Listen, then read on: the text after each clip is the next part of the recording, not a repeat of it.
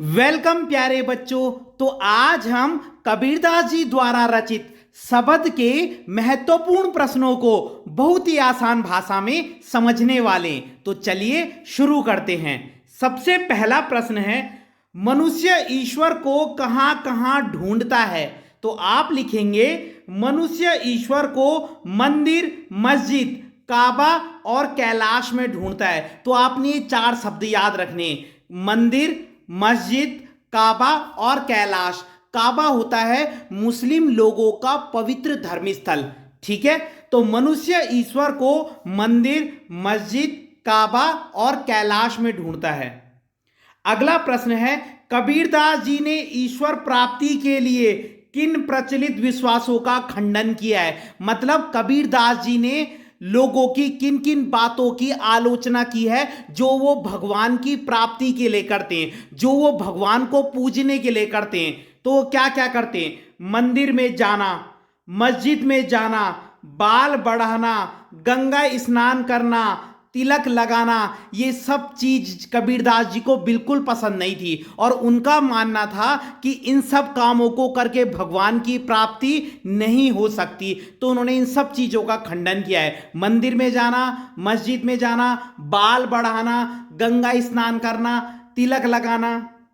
अगला प्रश्न है, कबीर ने ईश्वर को सब श्वासों की श्वास में क्यों कहा है? कि ईश्वर जो है सब लोगों की सांस सांस में बसा है। तो इसका मतलब क्या है? कबीर ने ईश्वर को सब श्वासों की श्वास में इसलिए कहा है क्योंकि ईश्वर कण कण में। तो आपने बस यहां से याद रखना है क्योंकि ईश्वर कण कण में है। बाकी आप प्रश्न से ही लिखोगे कि कबीर ने ईश्वर को सब श्वासों की श्वास में इसलिए कहा है क्योंकि ईश्वर कण कण में। तभी तो कहा गया है कि ईश्वर सांस सांस में बसा है, यानी ईश्वर हर जगह है, कण कण में।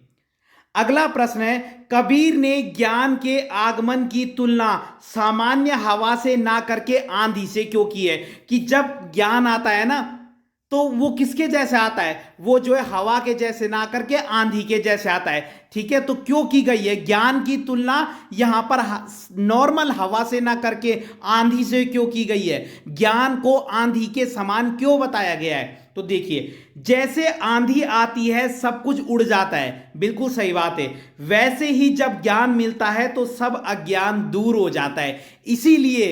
इसीलिए ज्ञान की तुलना आंधी से की गई है, एक नॉर्मल हवा से नहीं की गई, क्योंकि आंधी के आने पर सब कुछ उड़ जाता है। वैसे ही जब इंसान को ज्ञान मिलता है तो उसका सारा अज्ञान भी दूर हो जाता है। अगला प्रश्न है, ज्ञान की आंधी का भक्त के जीवन पर क्या प्रभाव पड़ता है? अब जब इंसान को ज्ञान मिलता है तो उसमें क्या क्या चेंजेस आते हैं?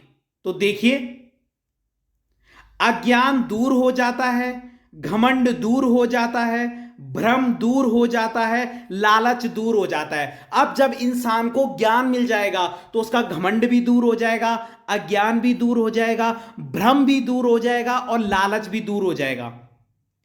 अगला प्रश्न है, भाव स्पष्ट कीजिए, मतलब अर्थ बताइए। आपको ये लाइन दी गई है, आपने इसमें इसका अर्थ बताना है कि हिति चित्त की द्वे थूनी गिरानी मोह बलिंडा टूटा। ठीक है, आपने इसका अर्थ बताना है। तो कबीर कहते हैं कि जब इंसान को ज्ञान की प्राप्ति होती है तो उसका स्वार्थ और मोह समाप्त हो जाता है। बहुत सिंपल है कि जब इंसान को ज्ञान मिलता है तो उसका स्वार्थ का मतलब होता है केवल अपने बारे में सोचना, और मोह का मतलब भी होता है ओवर अटैचमेंट। तो जब इंसान को ज्ञान की प्राप्ति होती है तो उसका स्वार्थ और मोह समाप्त हो जाता है। अगला है, आंधी पीछे जो जल बूठा प्रेम हरि जन भीना।